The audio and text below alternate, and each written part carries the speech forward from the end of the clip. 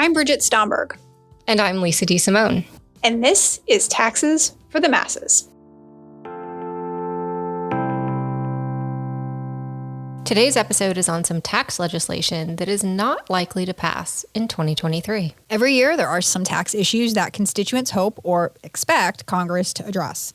Many times, those issues go unaddressed by the end of the calendar year. In today's episode, we discuss R&D expensing and expansion of the child tax credit, two things that many people hoped Congress would address in 2023, but so far, as of late December, has not.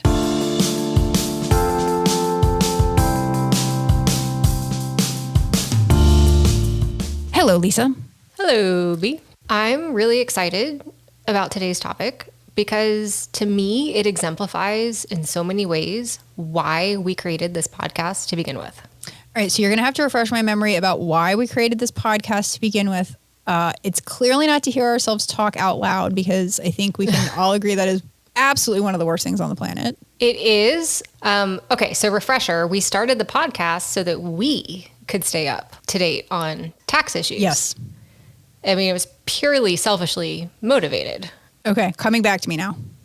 Okay, so the two things we're talking about today, I haven't really been keeping a close eye on at all. And so researching this episode is getting me up to speed, which was the whole point to begin with. All right, so before we dive into what Congress, maybe should have been doing this year, are there any New Year's... You mean they weren't doing their job? They were doing things. I don't know that it was the right things. I don't know that they have been doing things. Aren't they like the most unproductive Congress ever? Isn't that a real stat? Well, I mean, when you have to spend so much time voting on your speaker, multiple speakers. Yes. Multiple times. It takes time. Yeah. So they've been showing up, they've been doing things, maybe just not the things Okay. But question to you, are there any New Year's resolutions or other goals that you did or did not accomplish? I want to be fair. I don't want to just say that Congress didn't do what they should have done. Is there anything that you wish you'd done this year that you didn't do? Yeah, I was supposed to start running this year again. Okay. Yeah, that hasn't happened a single time. So, not so good there. Okay. How about you? No, I think I'm on track because I think I went on record on this podcast as saying my New Year's resolution was to eat more cookies. I do remember that. And yes. I think I've done a pretty good job in that respect. So you think you've actually eaten more than the prior year? I'm going to say yes. And okay. I'm going to say yes. And if I can expand the construct to desserts, absolutely. And I don't want to win on a technicality, but I rediscovered the joy that is a Milano this year. So I've eaten a bag or two of Milanos this year. So all right. So enough about cookies, although there's never really enough about cookies. No. What do you want to start with? Do you want to start with R&D or you want to start with the child tax credit? I think we should start with R&D. Okay. All right. So as you wish, let's start at the tippy top. What is R&D? Okay. Yes. So R&D stands for research and development.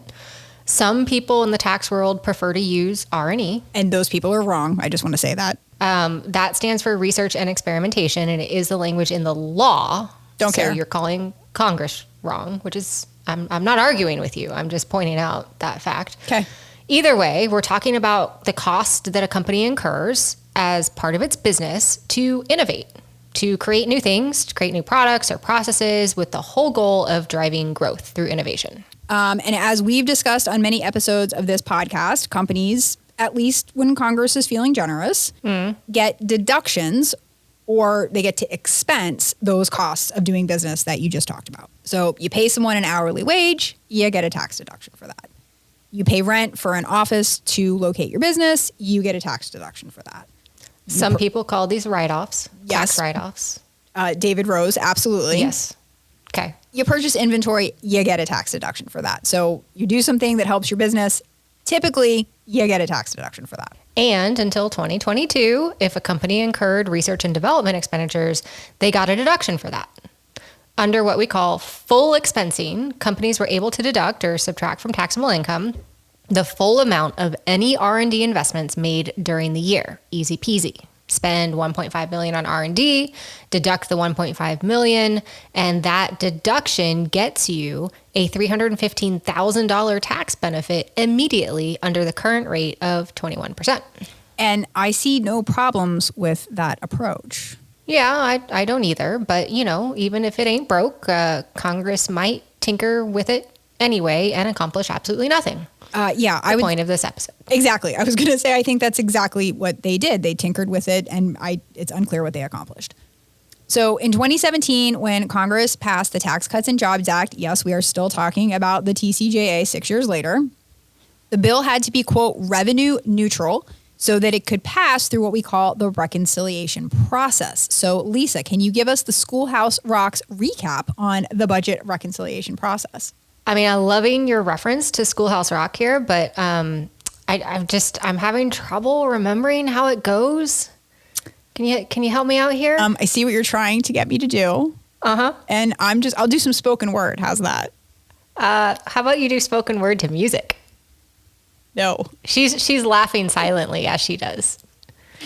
It's I don't even know the rhythm. It's just I'm just a Bill sitting here on Capitol Hill. I'm just a Bill.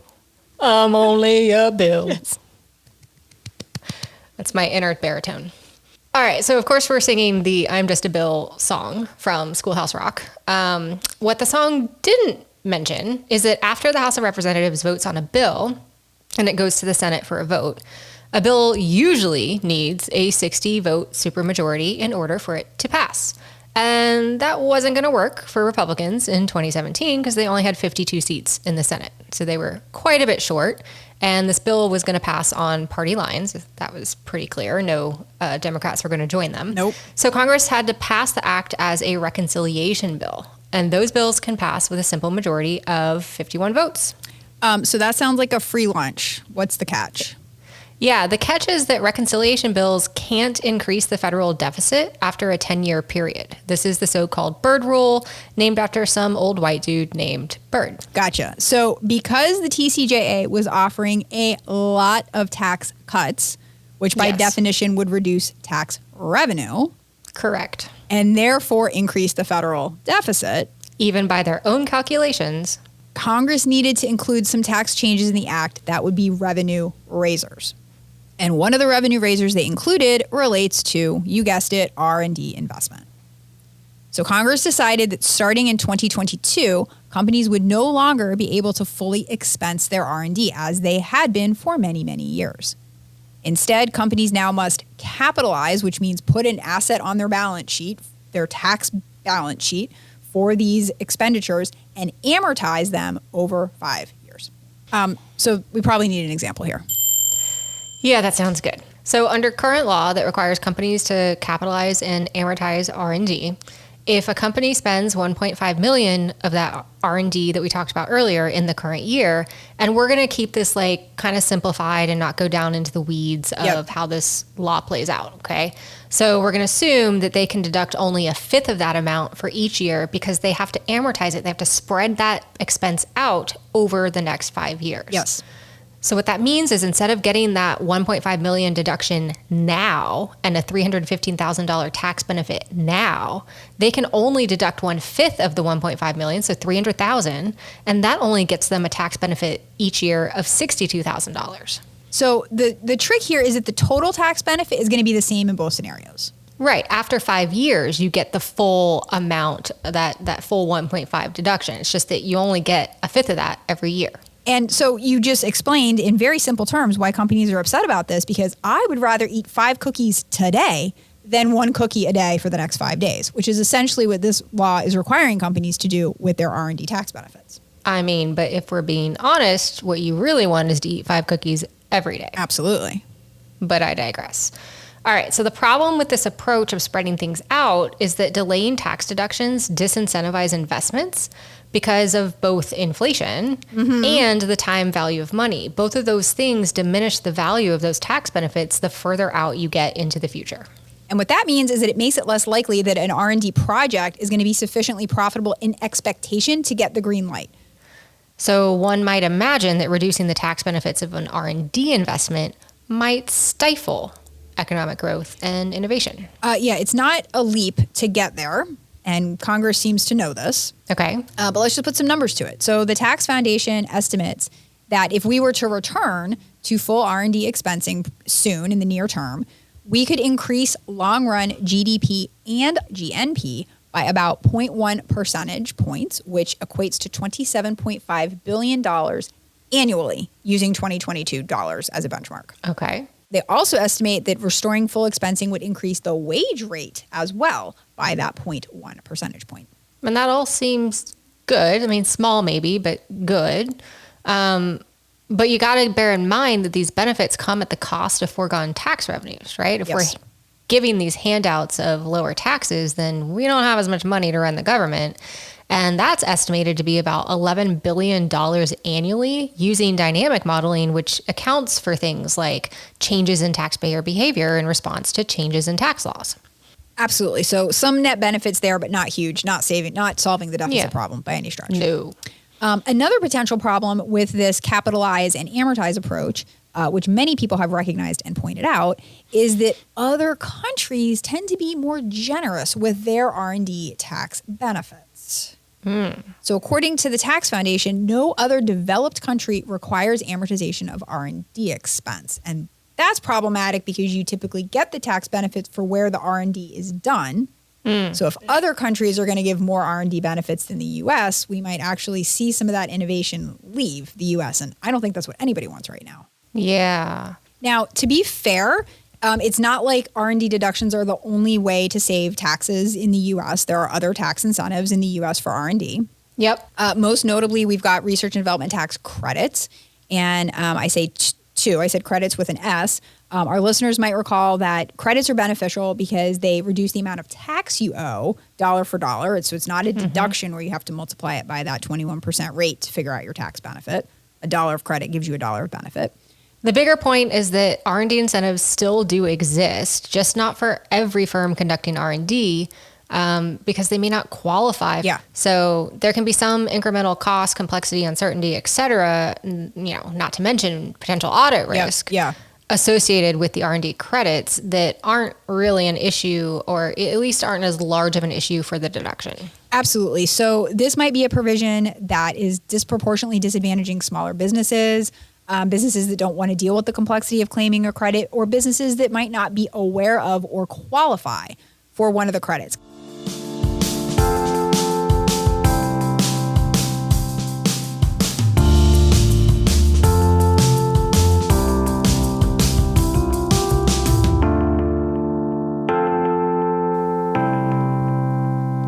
All right, let's switch gears somewhat dramatically from a business tax deduction that was meant to incentivize innovation to an individual tax credit that has been shown to pull children out of poverty, the expanded child tax credit. Yes, and we did an episode on the child tax credit. This was a long time ago. Yeah.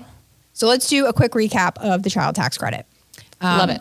It has been in existence in some form or fashion since about 1997, and it is intended to reduce the financial hardship of having kids for lower income families. Yes. So to recap that, it is not intended to incentivize having children. No. Which is something that some countries actually do. Yes. But not here. No. So since 2017, the max credit has been $2,000 for each child age 16 and under.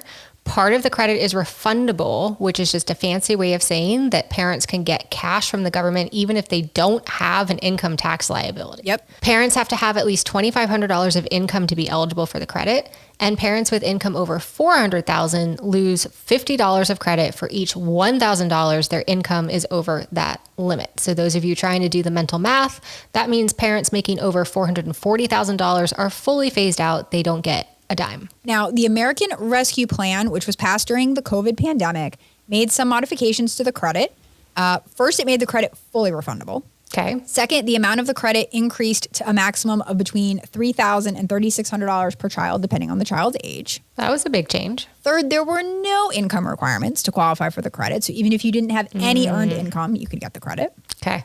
And finally, taxpayers had the option to actually get paid during the year. And this was a biggie.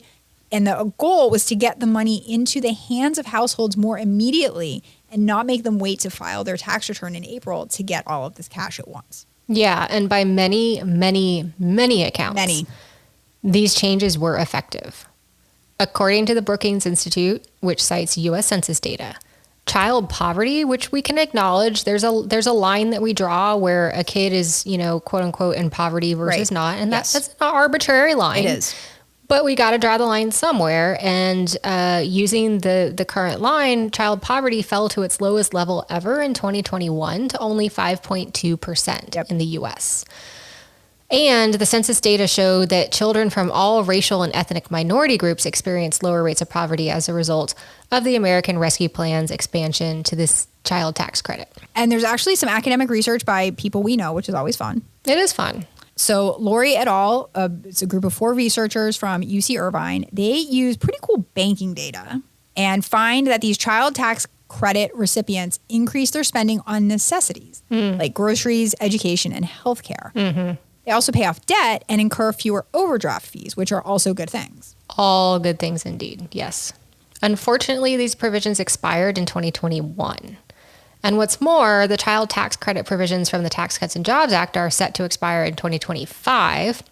At that point, we're supposed to revert back to the old child tax credit rules.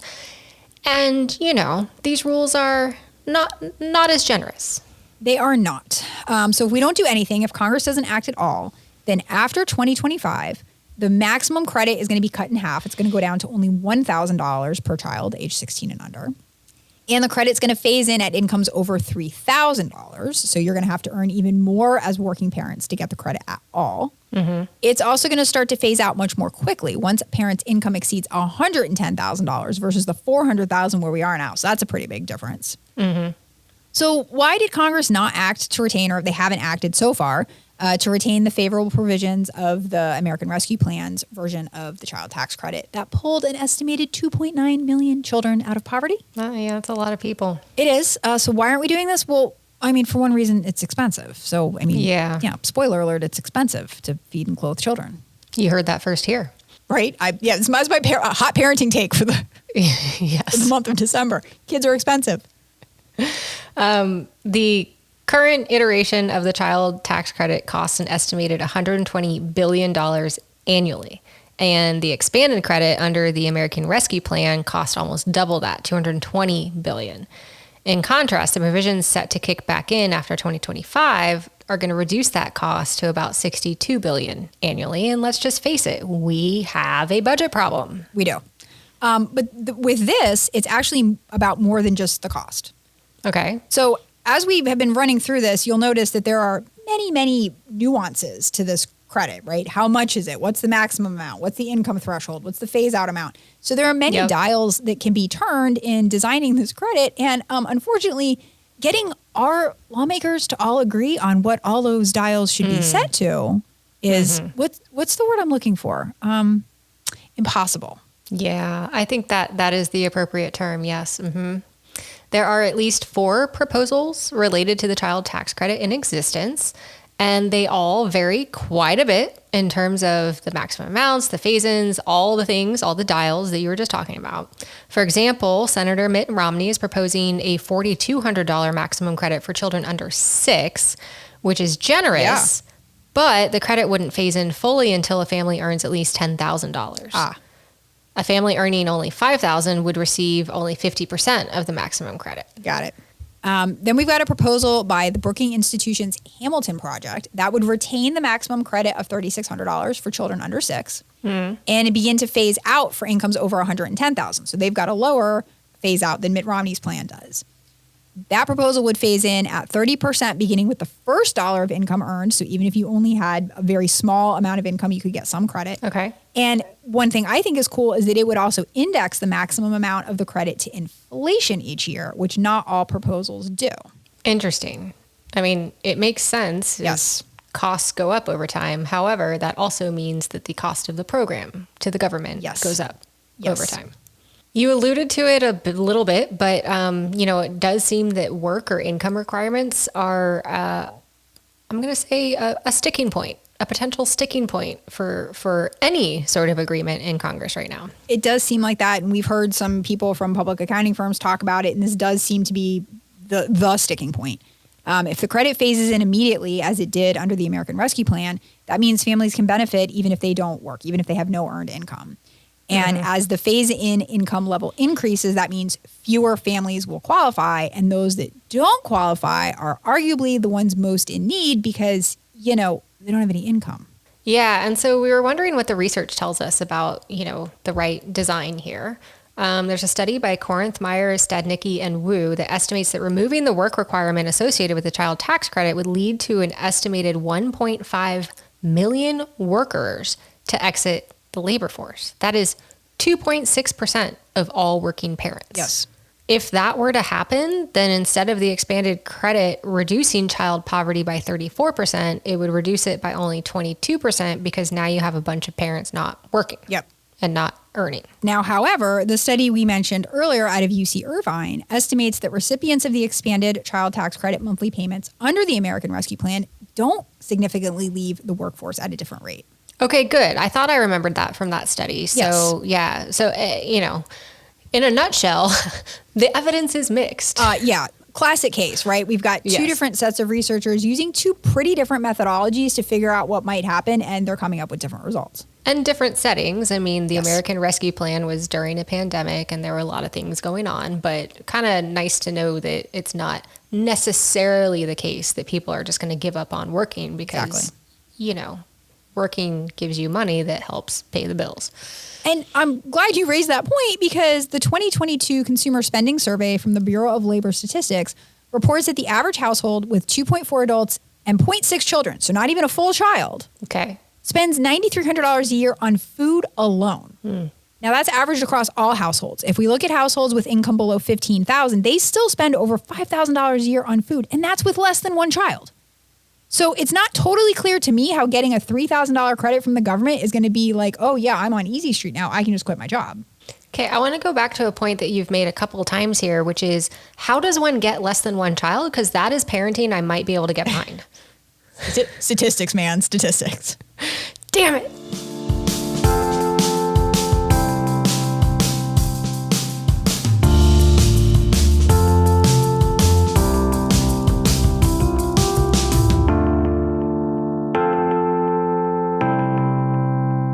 All right, time for the good, the bad, and the ugly. And I will say, I think a good thing here is that we got to revisit the child tax credit, which you and I both think is a pretty important policy. Even though I stand to benefit from it, not at all. I still think it's important. No, every dollar I get is just a dollar less I ask you for for raising a child. So it's keeping you off the child support rolls. Okay, I strongly support revising and re-implementing the child tax credit. Selfishly now. Important. Yes. Another good is that, for me at least, I got caught up on the treatment of R&D, and it kept me from looking like a total fool in front of my class. It's hard for me to imagine you looking like a total fool, especially when you give them mama stomp face and just ask them the question that you don't know the answer to, and then act like you can't believe they don't know the answer. True. My initials are BS, but it kind of fits. Very rare that I get totally stumped in situations. So, all right. So moving on to the bad here, we have several bills. I think we said several proposals. Yep, at least four here. At least four across two different provisions, R&D and child tax credit. And they have at least some level of bipartisan support, which is like the unicorn in today's age of Congress. And we still can't get them passed.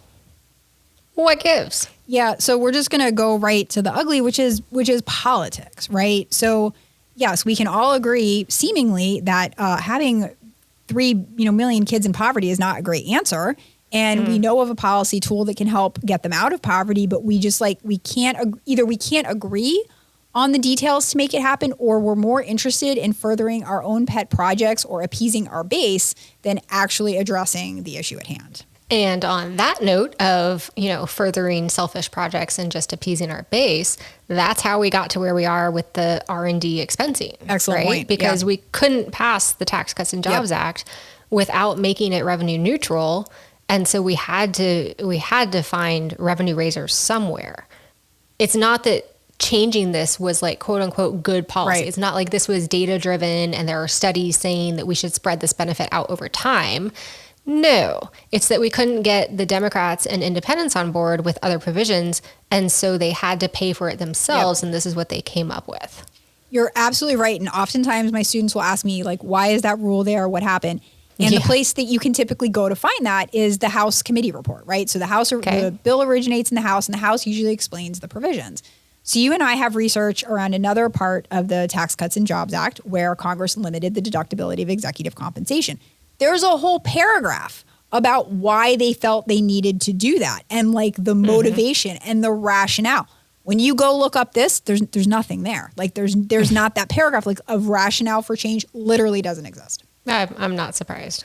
And, you know, if we're upset enough about R&D and innovation and leaving businesses out in the cold, it's even worse that we're willing to leave 9 million kids out in the cold in poverty because we can't agree on whether you should work or not, or if you work, how much you should work, or what the max credit should be, or if it should be indexed to inflation. Like, let's just do something better than what we had before the TCJA. Preach. And the question I have for you is, okay, let's say that one study is correct and 2.6% of working parents stop working as a result of the expanded child tax credit. I kind of have to ask, like, who cares? I mean, the argument is that we're replacing the need for adults to go make their own living, right? We're giving them handouts, and they would be productive members of society without those handouts. I guess where that argument tends to fall apart, in my opinion, is that we don't like a lot of these proposals are targeted at kids under the age of 6. Who's looking after those kids? Yes. Right? Like these low income families, it's not a nice trade-off to have to make. Do I go work or do I look after my kid? 100%. And you and I did not discuss this ex ante, but I was reading a Republican talking point on this, and it was like about the importance of work and work and work and work. And nowhere in there is about the importance of spending time with your kids. And it makes me wonder, maybe the stat is out there, I don't know, but what percentage of our U.S. Congress are single income families? Yeah, That would be interesting to know. very much so.